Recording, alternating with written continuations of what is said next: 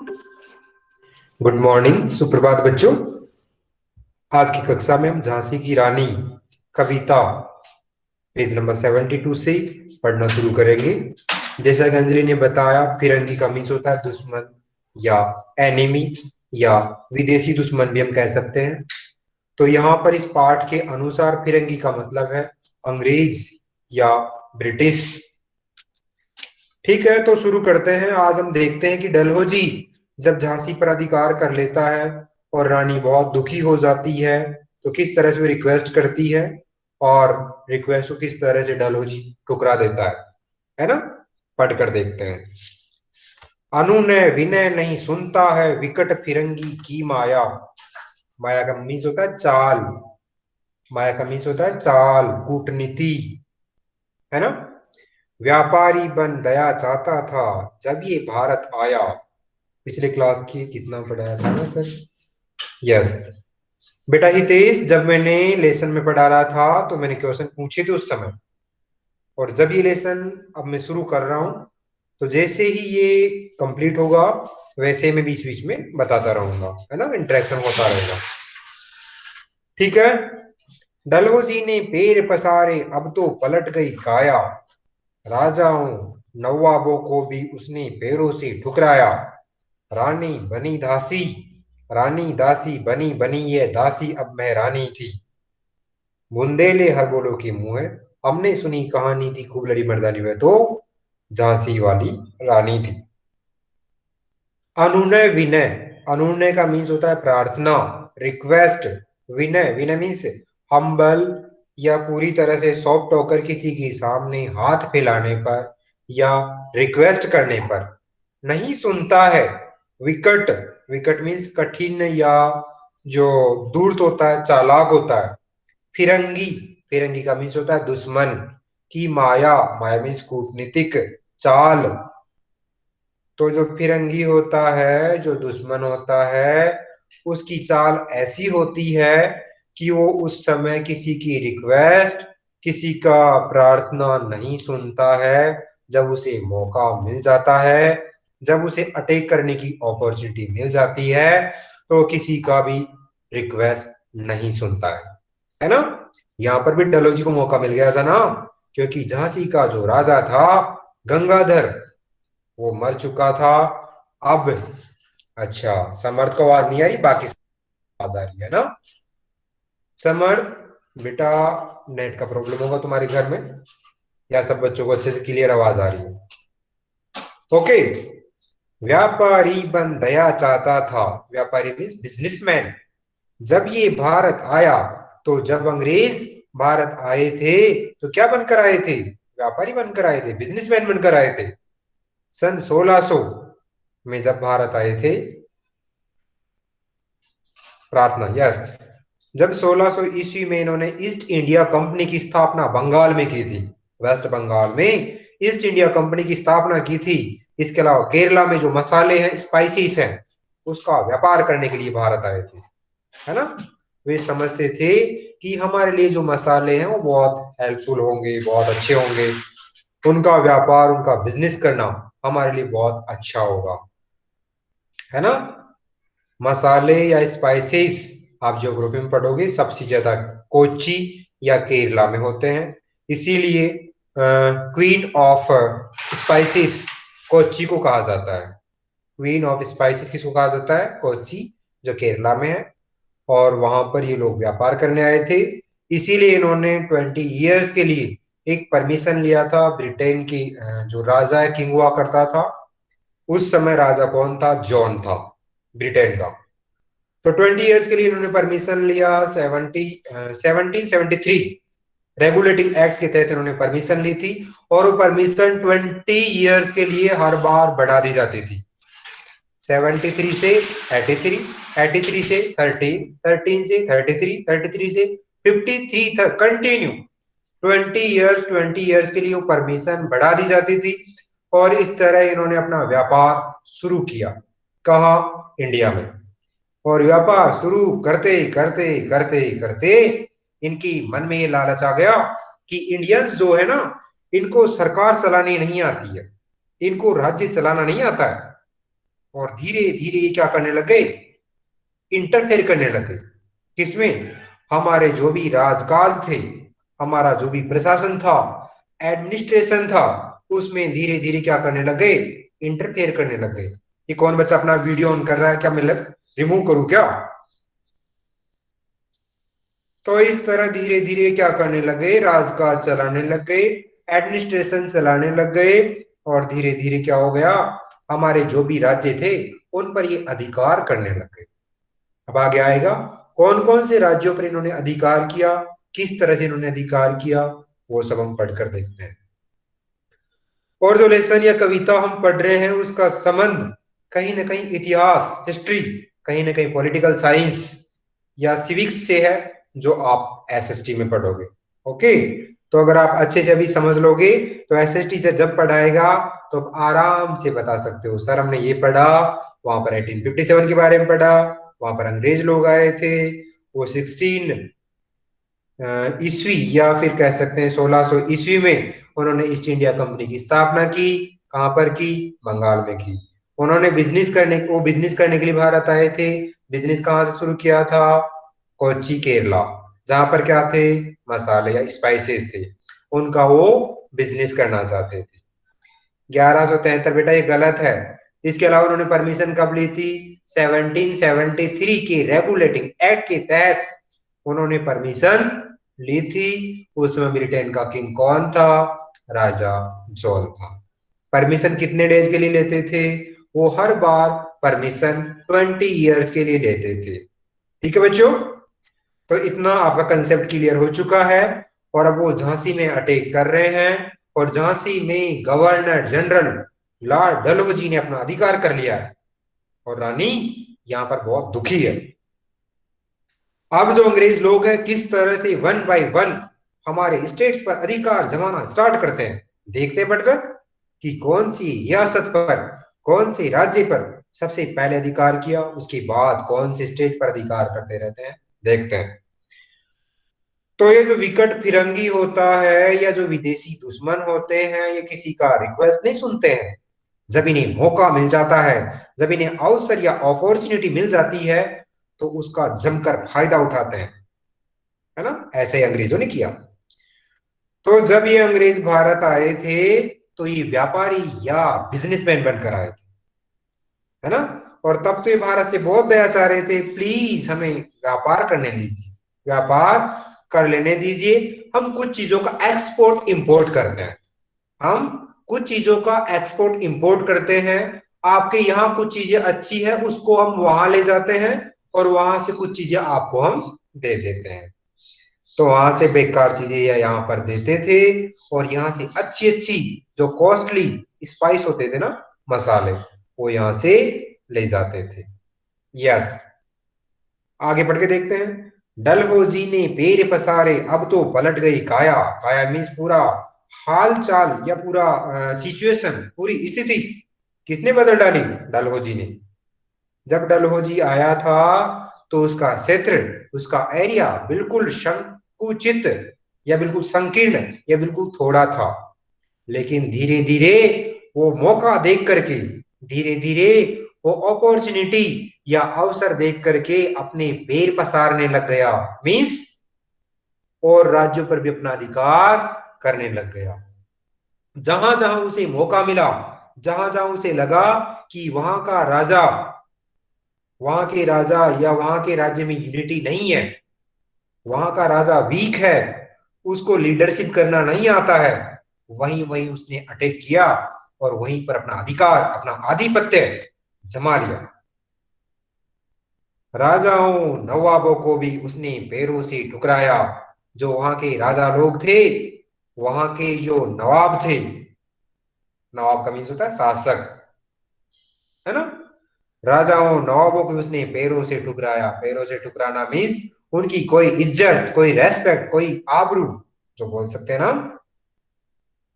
उन्होंने उनका कोई भी इज्जत या रेस्पेक्ट या सम्मान नहीं किया। सबको अपना गुलाम बनाना शुरू कर दिया, सबको अपना दास बनाना शुरू कर दिया, जिसको हम इंग्लिश में बोल सकते हैं स्लेवरी या स्लेव। ठीक है, आगे बढ़ते हैं। रानी दासी बनी बनी ये दासी अब मेहरानी थी। मेहरानी मीन्स किसी के घर में काम करने वाली, किसी की ऑर्डर्स के अकॉर्डिंग काम करने वाली, है ना, गुलाम हो गई। रानी दासी बनी, दासी का मीन्स होता है मेड या गुलाम। दास का मीन्स होता है गुलाम। और दासी, दास का स्त्रीलिंग क्या होगा? दासी। दास का स्त्रीलिंग होगा दासी। ठीक है ना। दास का मीन्स हम सर्वेंट भी बोल सकते हैं, नौकर भी बोल सकते हैं, गुलाम भी बोल सकते हैं। ओके। और वैसा ही होगा क्या? दासी। ओके। दासी जो शब्द है वो हम स्त्रीलिंग या फीमेल के लिए यूज करते हैं। ओके। तो दासी अब बनी क्या? मेहरानी। जहां वो महारानी थी, जहां वो क्वीन थी, उस जगह वो मेहरानी मीन्स घर में काम करने वाली मेहरानी बन गई थी। कौन? झांसी की रानी। क्योंकि झांसी पर किसका अधिकार हो गया था? झांसी पर डलहौजी का अधिकार हो गया था। बुंदेले हर बोलो की मुंह हमने सुनी कहानी थी, खूब लड़ी मर्दानी में तो झांसी वाली रानी थी। और ये सब बातें हमने बुंदेलखंड के निवासी जो हर बोले थे, हर बोले मीन्स जो राजाओं या राजा महाराजाओं या राजा रानियों का गुणगान करने वाले होते हैं, उनकी अप्रिसिएट करने वाले होते हैं, उनकी अप्रिसिएशन करने वाले होते हैं, उनकी तारीफ करने वाले होते हैं, उनकी प्रशंसा करने वाले जो लोग होते हैं, उनके बारे में जो बोलने वाले लोग होते हैं उनको बोलते हैं क्या? हर बोले। तो उनके मुंह से हमने ये कहानियां सुनी थी। कौन सी कहानियां? जो मैं आपको बता रहा हूं। आगे बढ़ के देखते हैं। चीनी राजधानी। चीनी राजधानी, राजधानी मीन्स कैपिटल। हर व्यक्ति के मुंह से, हर व्यक्ति के मुंह से नहीं, हर बोले। हर बोले एक जाति का नाम है, एक कास्ट का नाम है, जो बुंदेलखंड, जो उत्तर प्रदेश के बुंदेलखंड के निवासी है, सिटीजन ऑफ बुंदेलखंड। और बुंदेलखंड कहाँ? उत्तर प्रदेश में है। और वहां के जो लोग हैं, एक जाति है, कास्ट है, जिनका नाम है हर बोले। और हर बोलो का काम क्या होता है? राजा महाराजाओं की शरण में रहना और उनका गुणगान करना, उनकी तारीफ करना, उनकी तारीफ के बारे में, उनके सम्मान के बारे में, उनकी वीरता के बारे में, उनकी बहादुरी के बारे में हर किसी को गीत गा करके बताना। ठीक है ना। ओके। चीनी राजधानी दिल्ली की। अब तो जो हमारी कैपिटल थी, जो हमारी राजधानी थी, क्या? दिल्ली, वो भी छिन गई थी। लिया लखनऊ बातों बात। और जो लखनऊ उत्तर प्रदेश की राजधानी है, वो भी छिन चुका था। उस पर भी अंग्रेजों का अधिकार हो चुका था। कैद पेशवा था बिठूर में, और जो पेशवा था उसको कैद कर लिया गया था। कहाँ? बिठूर में। हुआ नागपुर का भी घात। घात का मीन्स होता है अटैक करना। नागपुर पे भी अटैक कर दिया गया था। उदयपुर, सिटी ऑफ लेक, जो राजस्थान में है, सिटी ऑफ लेक, जिसको बोलते हैं उदयपुर।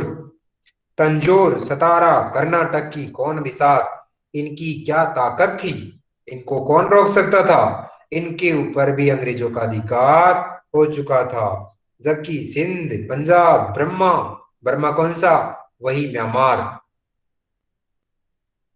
ये कौन बच्चा लिख रहा है 73, 74, 75? ये क्यों क्यों लिख रहे हो? अच्छा, ये लिखा है कि कब तक? 1793 तक। यस। तो आप ऐसे लिखने की क्या जरूरत है? इतनी मेहनत करने की क्या जरूरत है? आप डायरेक्ट लिख सकते हो ना।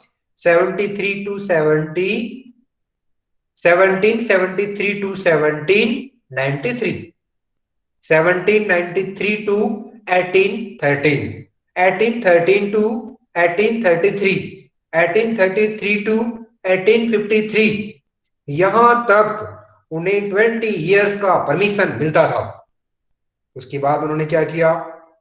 उसके बाद 1857 की क्रांति में उन्होंने मौका देखकर भारत के जो कमजोर राज्य थे, जहां पर कोई लीडरशिप का अभाव था, अच्छी लीडरशिप नहीं थी, या जहां पर यूनिटी का अभाव था या यूनिटी नहीं थी, वहां पर इन्होंने अपने अधिकार जमाना शुरू कर दिया। है ना। तो जबकि सिंध, पंजाब, ब्रह्मा, ब्रह्मा मीन्स म्यांमार पर अभी हुआ था वज्रनिपात, मीन्स वहां पर भी अटैक इन्होंने किया। Bengali, Bengali means Bengal, west Bengal. Madras, Madras means वही कौन सा? तमिलनाडु, चेन्नई। आदि की भी यही कहानी थी, मीन्स इनकी भी यही कहानी थी। यहाँ पर भी अंग्रेज अपना अधिकार करने में लगे हुए थे। और ये सब बातें बुंदेलखंड के जो निवासी थे उनके मुंह से हमने सुनी थी। इस पैराग्राफ में कुछ इंपॉर्टेंट चीजें हैं, वो मैं आपको बता देता हूं। वो इंपॉर्टेंट चीजें ये हैं कि चीनी राजधानी दिल्ली की, जो हमारी राजधानी थी दिल्ली, क्या कोई बच्चा बताएगा कि हमारी कैपिटल, हमारी राजधानी दिल्ली कब बनी थी? हमारी राजधानी या कैपिटल दिल्ली कब बनी थी? इससे पहले इंडिया का कैपिटल कौन सा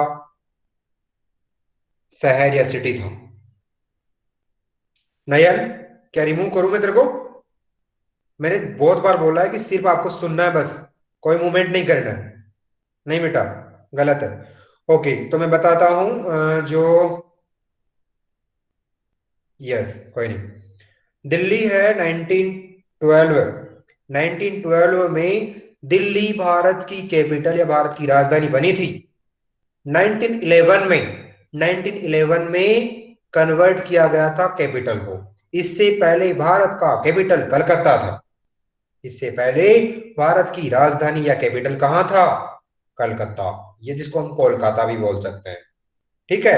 1858 में 1858 में एक दिन के लिए इलाहाबाद भारत की राजधानी बना था। 1858 में इलाहाबाद भारत का कैपिटल बना था, only for one day. Okay, ठीक है। नेक्स्ट चीज मैं आपको आगे बताऊंगा। चीनी राजधानी दिल्ली की, तो जो दिल्ली हमारी राजधानी है थी, उस राजधानी में भी उन्होंने अधिकार कर लिया।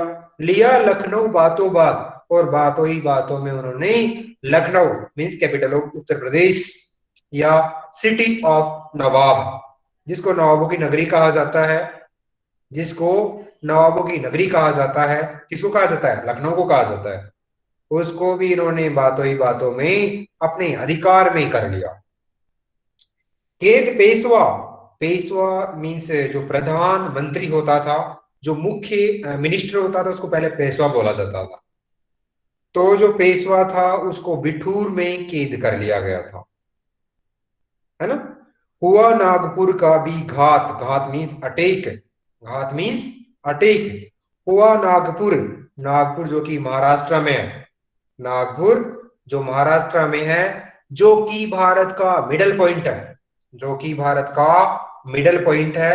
ज्योग्राफी में आप पढ़ोगे तो आपको पता चलेगा कि हमारे वेस्ट में कौन सा पॉइंट है सबसे लास्ट में, और ईस्ट में सबसे लास्ट कौन सा है, इसके अलावा नॉर्थ में सबसे लास्ट कौन सा है, इसके अलावा साउथ में लास्ट कौन सा है। जैसे साउथ में लास्ट है कन्याकुमारी, है ना, और नॉर्थ में कौन सा है? जम्मू कश्मीर, है ना। इधर जो मैं अगर ईस्ट की बात करता हूँ तो अरुणाचल प्रदेश है। अगर मैं बात करता हूँ वेस्ट की तो वहां पर गुजरात है। अगर बात करता हूँ मिडल पॉइंट की तो मिडल पॉइंट है नागपुर। ठीक है ना, वहां पर भारत का बिल्कुल मध्य भाग है, बिल्कुल मिडल पॉइंट है। ओके, ज्योग्राफी में आप पढ़ो। तो नागपुर का भी हुआ घात, नागपुर पे उन्होंने अटैक किया। इसके अलावा Udaipur lake of, sorry, city of lake जो राजस्थान में है, तंजौर, सतारा, कर्नाटक की कौन सी बिसात, इनकी कौन सी ताकत थी, इनके ऊपर भी इन्होंने अटैक करना शुरू कर दिया, इनके ऊपर भी इन्होंने अधिकार करना शुरू कर दिया। जबकि सिंध, सिंध जो पाकिस्तान में है, जो अब पाकिस्तान में है। पंजाब, पंजाब पाकिस्तान में भी है और भारत में भी है। जब भारत का विभाजन हुआ था, भारत का डिवाइडेशन हुआ था 1947 में, तब पंजाब और सिंध का भी टुकड़े हो गए थे। तो पंजाब पाकिस्तान में भी है और पंजाब इंडिया में भी है ना। और सिंध कहाँ चला गया है? पाकिस्तान में चला गया। तो सिंध, ब्रह्मा, ब्रह्मा मीन्स वही म्यांमार पर भी अभी हुआ था वज्रपात, वज्रपात मीन्स बहुत भयंकर अटैक या आक्रमण। वज्र का मीन्स होता है कठोर, strict. Bengali means west Bengal, Madras, Madras means Chennai. आदि की भी यही कहानी थी। इन सब पर भी, नयन, इन सब पर भी अंग्रेजों ने अधिकार कर लिया था, है ना। इन सब पर भी अंग्रेज अधिकार कर रहे थे और धीरे धीरे सब पर अपना अधिकार जमा करके इंडिया को अपना गुलाम बना लेते हैं। ठीक है बच्चों, आज के लिए इतना है ना, फिर मिलते हैं नेक्स्ट क्लास में इसी टॉपिक के साथ। तब तक के लिए बाय बाय।